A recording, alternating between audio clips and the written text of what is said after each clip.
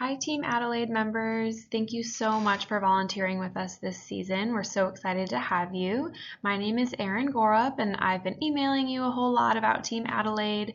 I'm the program director here at Girls on the Run, and I'm just really excited to get Team Adelaide kicked off this season.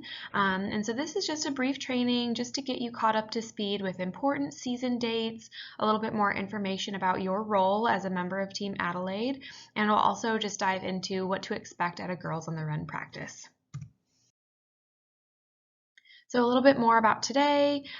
These are some of the things we're going to go over, and then we'll wrap up with contact information just so you have that handy, as well as next steps to get ready for the season.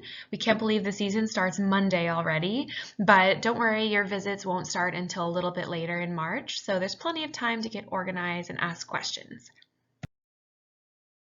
So now let's just review a little bit more about Team Adelaide.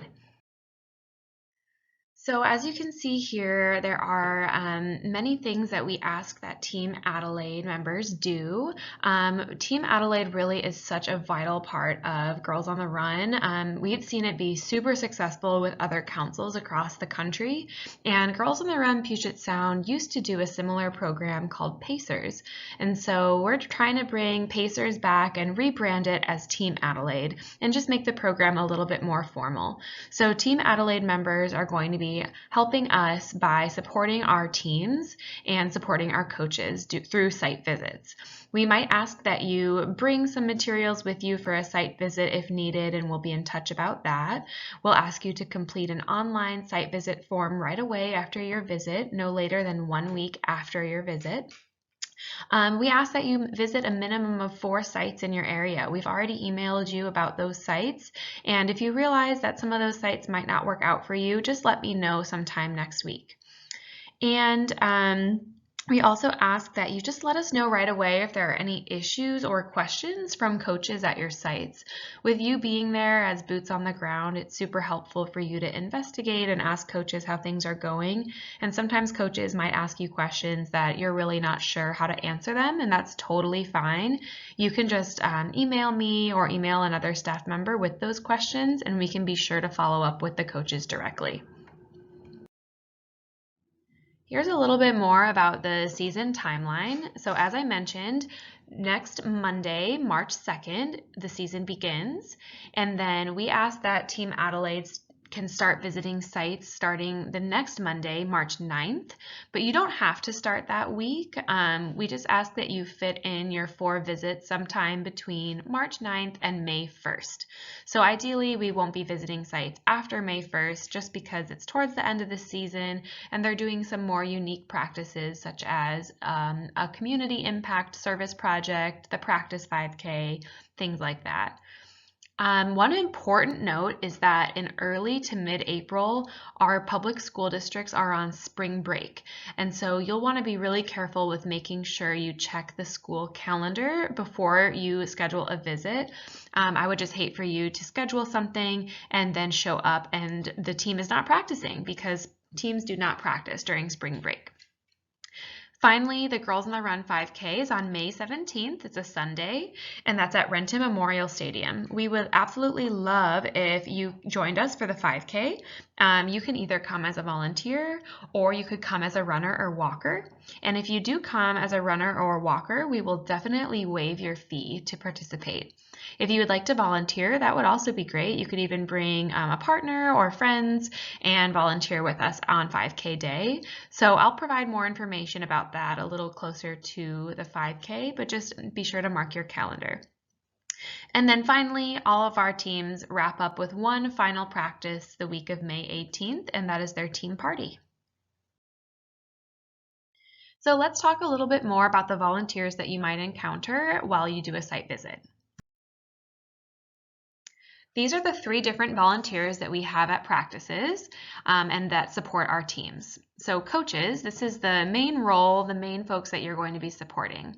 So we ask that there are at least 2 coaches at each practice for Girls on the Run practices to continue going. So you might find which is unfortunate, but if you visit a practice and there's only one coach there and no other trained adult, that is definitely something that we'd like to know about. Sometimes coaches forget about this rule and they might assume that because they're a teacher, they can definitely handle a group of 15 girls outside because they're used to that in their classroom.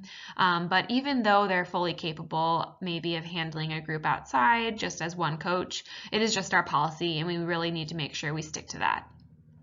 Our coaches share responsibilities. So you might see that they are both leading lessons or both handing out stack, running and walking with girls. We really ask that they do their best to share responsibilities and co-lead. So that's something to keep an eye on when you're there. Some of our teams choose to have one coach lead on Tuesdays, another coach lead on Thursdays, and then some teams have coaches break up the lesson by section. So it just kind of depends, but they really should be sharing responsibilities each practice. Our coaches will run and walk with girls as they're able and as girls need support. And then just so you know, we support coaches all season long. We send them weekly warm-up newsletters every Monday. We provide them with all the curriculum materials and access to online curriculum that they can review, as well as additional resources about policies, family communication letters, all online. And then we also visit sites throughout the season to support our coaches. They're really the heart of our organization. As I'm sure you know, without coaches, we would not have teams. Another great role that we have is something called a practice partner. So this is an optional volunteer role. These folks attend 6 to 10 practices throughout the season, and they're really there just to assist full-time coaches and run and walk with girls.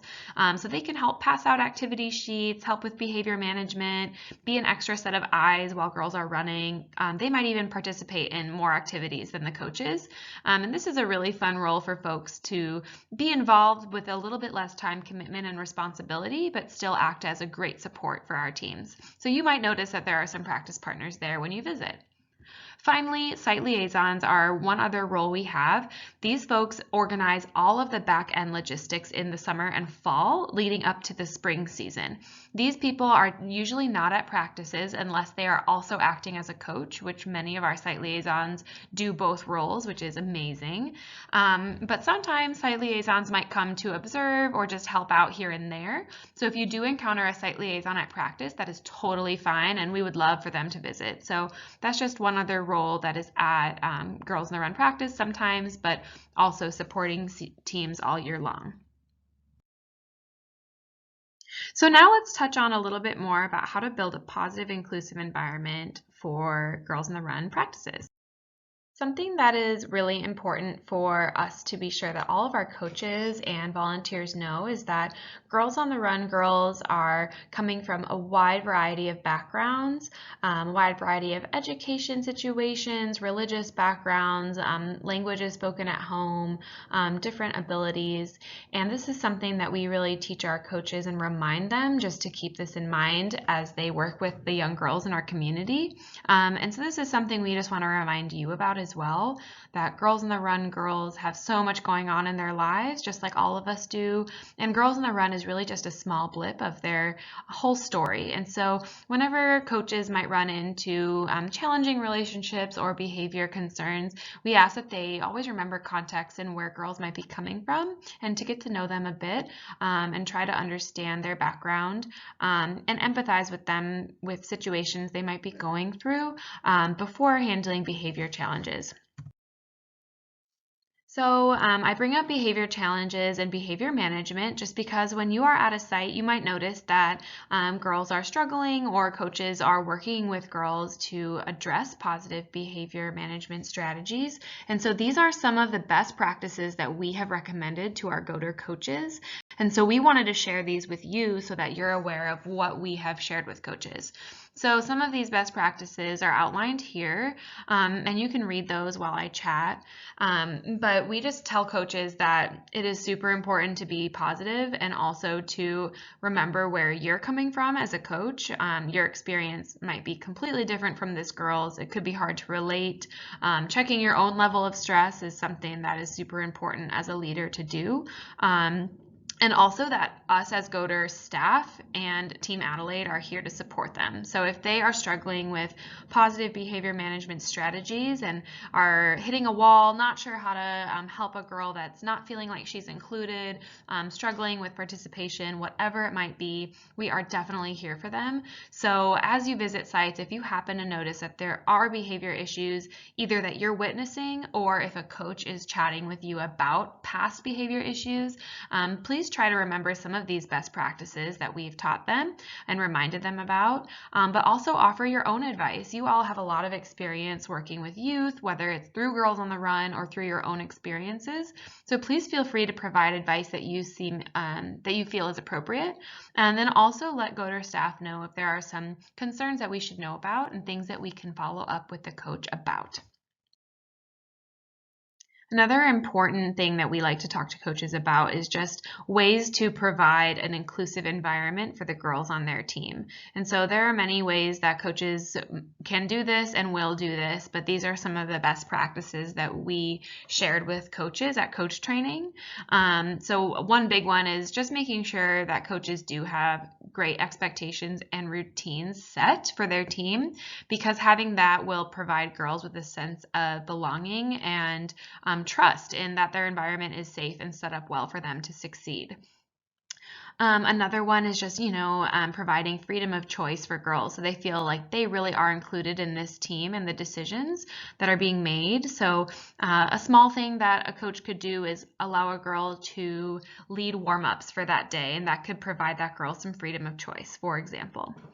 Another one is just making sure girls are feeling a sense of belonging and safety through strong relationships. So we ask that coaches do their best to get to know each girl on their team. Not every girl is going to have an automatic, perfect relationship with their coach, but we just ask that coaches do their best to get to know each girl individually.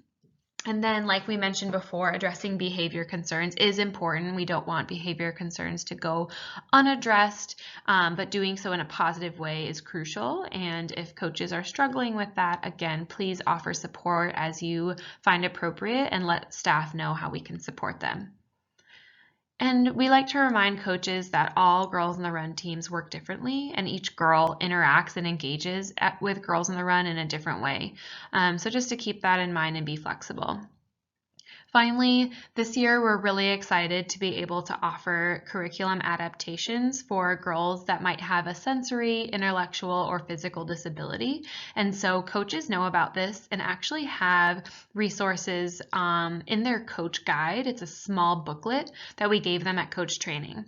And there are a ton of really great specific adaptations for girls that might have a disability in that coach guide. We also have information on Coach's Corner, an online portal for coaches that they know about.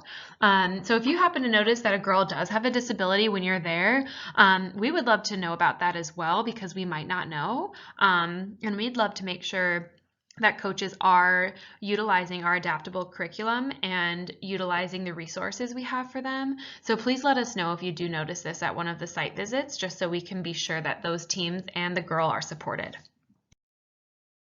Another way to build an inclusive environment is to try to use intentional language. This is something that we have shared with coaches, and we encourage you to try to implement when you interact with girls at the site that you visit.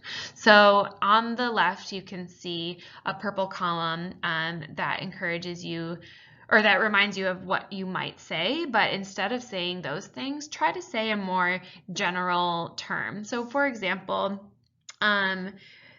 in the second line, it says mom, dad, parents when referring to people at home, but instead we could say something like grown up at home or caretaker, just to not assume a girl's home situation, for example.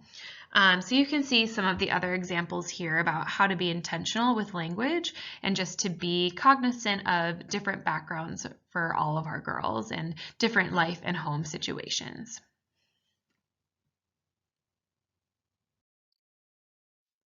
Another thing that we work really hard to share with coaches is that Girls on the Run is a mastery climate program. This is what we want to foster at all of our practices. We do not want to foster a performance climate. So a mastery climate is really where girls are just focused on personal growth and personal development rather than achieving the best or being better than a teammate, which is more of a performance climate. And so these are some best practices that we as coaches use and that we encourage you to use when you visit a team. Just giving girls specific feedback, letting them know how great they're doing. On the contrary, if you saw a coach encouraging girls to run faster than their teammate, timing how fast a girl can complete a lap, and encouraging girls to be competitive with one another, those would be things that we would want to hear about, as those are red flags and for not fostering a mastery climate. So sometimes we have coaches from backgrounds from like competitive soccer or competitive cross country even, and they've been coaches before, and it might be hard for them to switch gears and foster more of a mastery climate where, being first or better than their teammate really is not something that matters at Girls in the Run. We just want girls to do their personal best. The last bullet point here, use TLC praise. That stands for tell it, label it, celebrate it. And this is really fun because we encourage coaches to try not to just always say, great job, good job, keep going. Those very general statements that are really easy to say, but we try to encourage them to use more specific praise. So tell it, label it, celebrate it. An example of that is telling it. So, hey, Maria, great. You did such a great job completing 6 laps today. Label it is saying something like, that shows determination. So you're telling her why this is so great. And then the C, that stands for celebrate it. And that's when you can just say, awesome job, or keep it up, you're doing great. So just a few reminders about how to foster a mastery climate.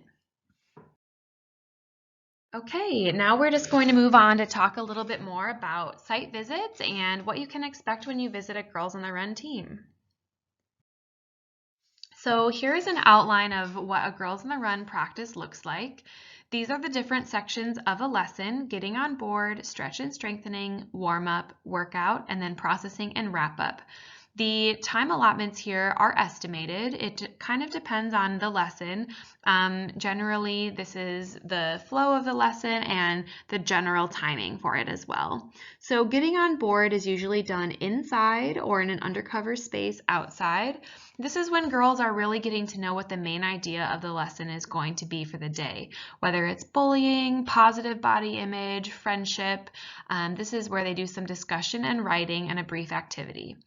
Then they move outside to do stretch and strengthening exercises, jumping jacks, high knees, things like that. Then they'll do a warm-up game, and this is really fun because it's not just running laps. Girls are usually doing something else, like maybe a relay race or some jumping, just things to get their bodies warm, and it always incorporates the main idea of the day. Then girls move into the workout. This is done outside, and girls are running or walking laps, and they're always engaging with some sort of check-in activity about the main idea as they run and walk.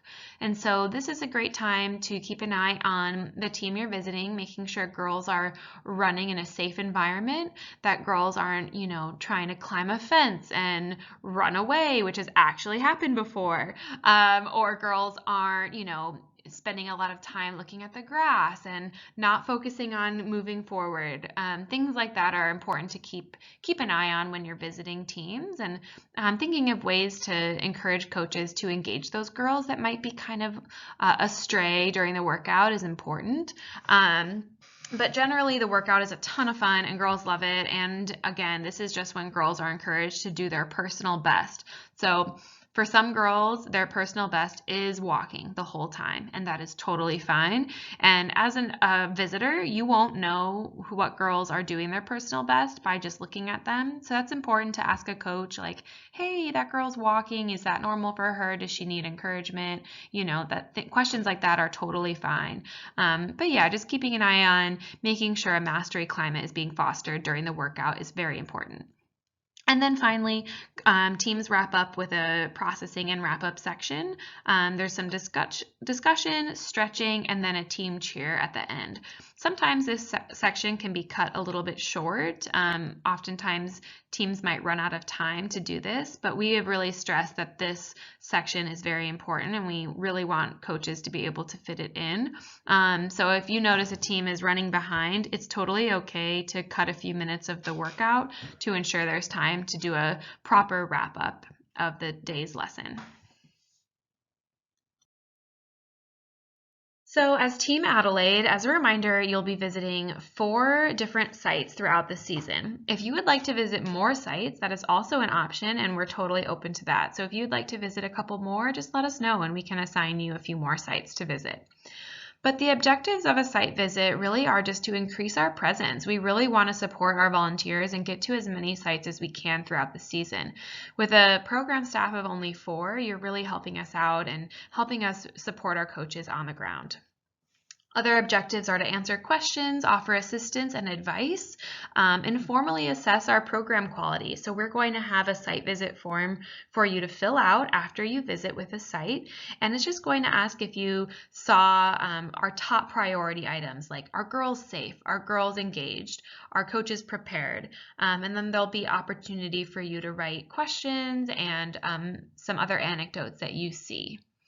We might ask you to bring materials to a site, but that will be arranged as needed and we'll email you about that if it comes up.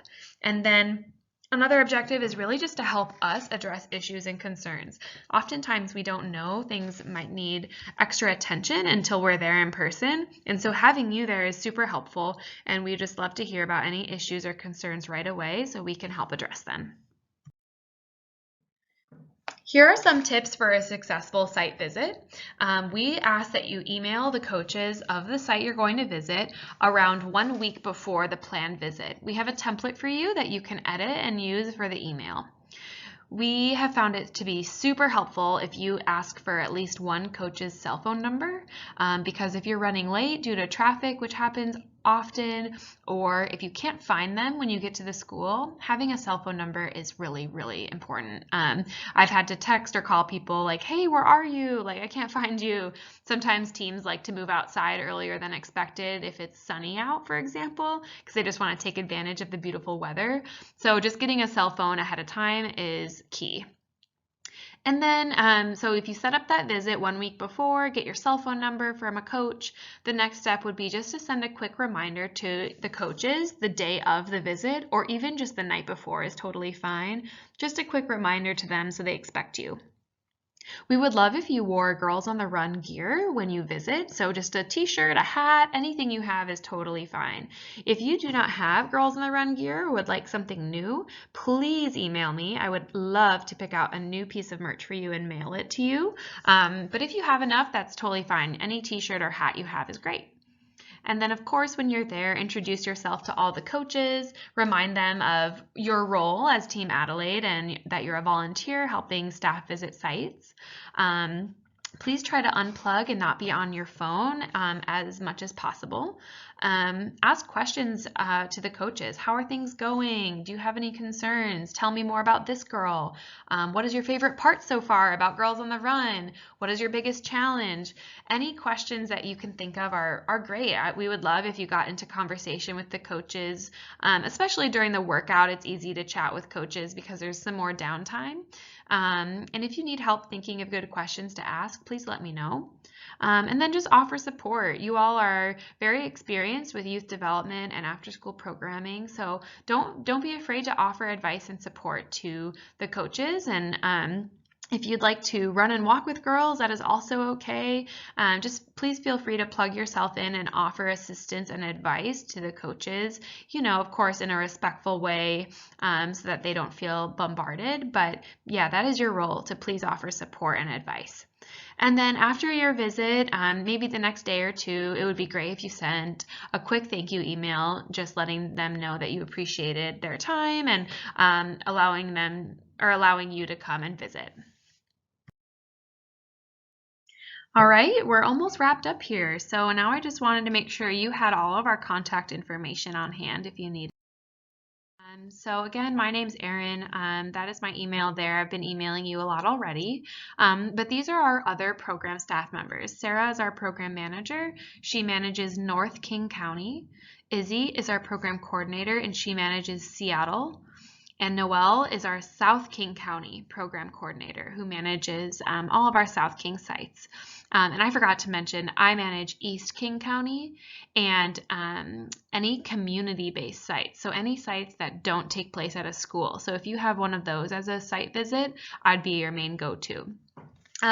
But you might find that there's a lot of different emails here and you don't have to email your correct regional staff member. You can use me as your main contact, but I just wanted to let you know that our other staff members might be interacting with you over email. For example, if you went to a South King County school and you noticed that there were some challenges or you had specific questions about that site, if you email me and if I see that on your visit form, I might connect you with Noelle to have a quick conversation on the phone or an email correspondence. So I just wanted to let you know that these are our different program staff members and that you might interact with them. Okay, next steps. So our season, I have already sent you the site visits that we've assigned for you. I think most, if not all of you, have already confirmed that those site visits work great for you, which is awesome. But if you change your mind, just let me know. The next step is I'm going to be sending you a Google Doc that has your name and all the site visits you're going to, along with the addresses of those sites. And so the next step would be for you to just go in that Google Doc and type in what dates you plan to visit your 4 schools and then save those dates in your calendar. And then the week ahead of your visit, please email the coaches. And then after the visit, you'll submit your visit form. And don't worry, I'm going to be emailing you the visit form soon. And then after your visit and after you submit the form, please email me right away if you have any urgent concerns or questions so I can follow up with those coaches right away. If something is urgent, like a safety concern or something like that that you witness, it'd be best not to put it in the site visit form just because I won't be checking those in real time. I'll probably check them maybe once or twice per week. So emailing me directly is absolutely okay and encouraged for anything urgent.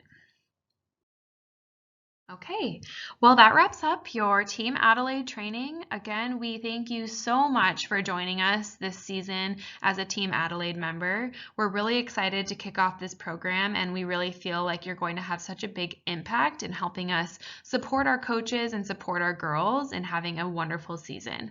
So I will be following up with some additional information throughout the season, but I'm here always for questions, concerns, thoughts, advice, feedback, anything at all. Please email me or give us a call. And again, thank you so much for dedicating your time to Team Adelaide.